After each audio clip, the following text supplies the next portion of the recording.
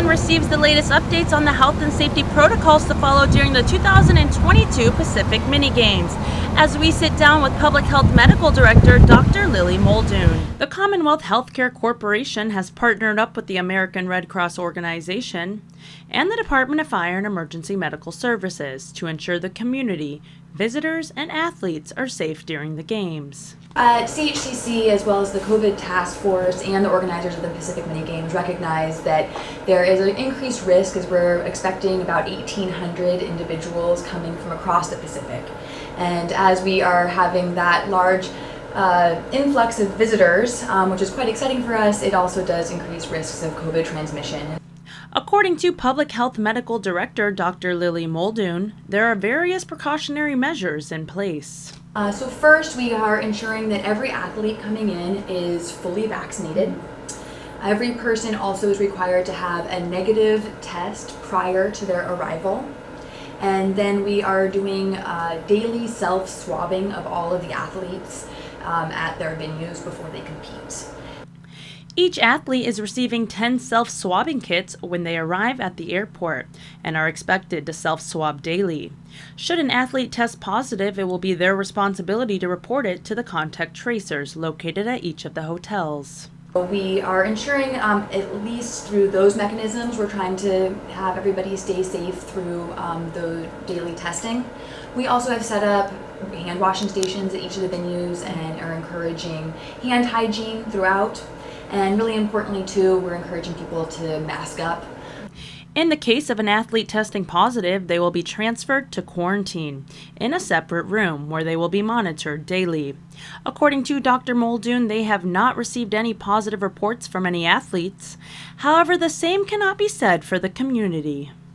I should mention though that we are seeing an uptick of community cases of COVID positive, and that's been happening over the last 2 weeks. So even prior to the arrival of these athletes, we're starting to see an uptick of community cases.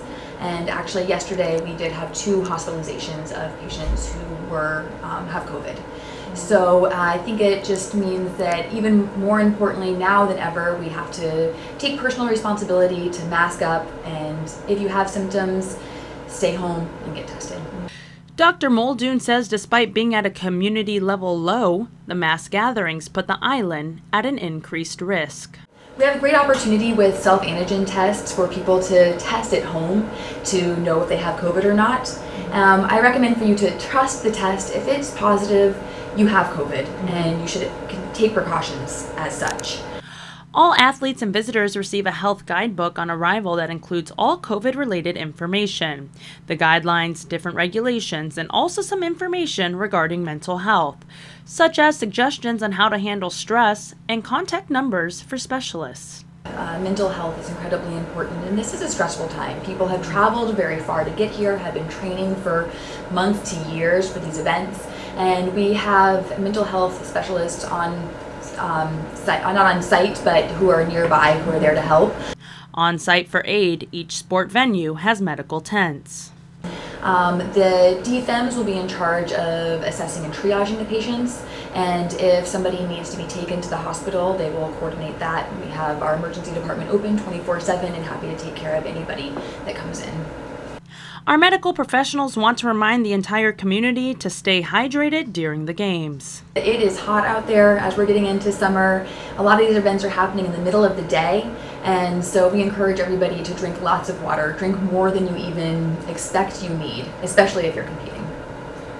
According to Dr. Muldoon, the key signs of heat stress is dehydration, becoming red or flushed, and experiencing a headache or confusion.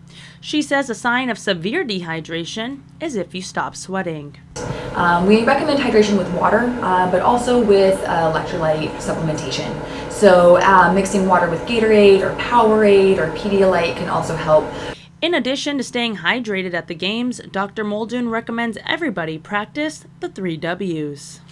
I think it's a big honor for us in CNMI to be hosting the Marianas Pacific Mini Games this year.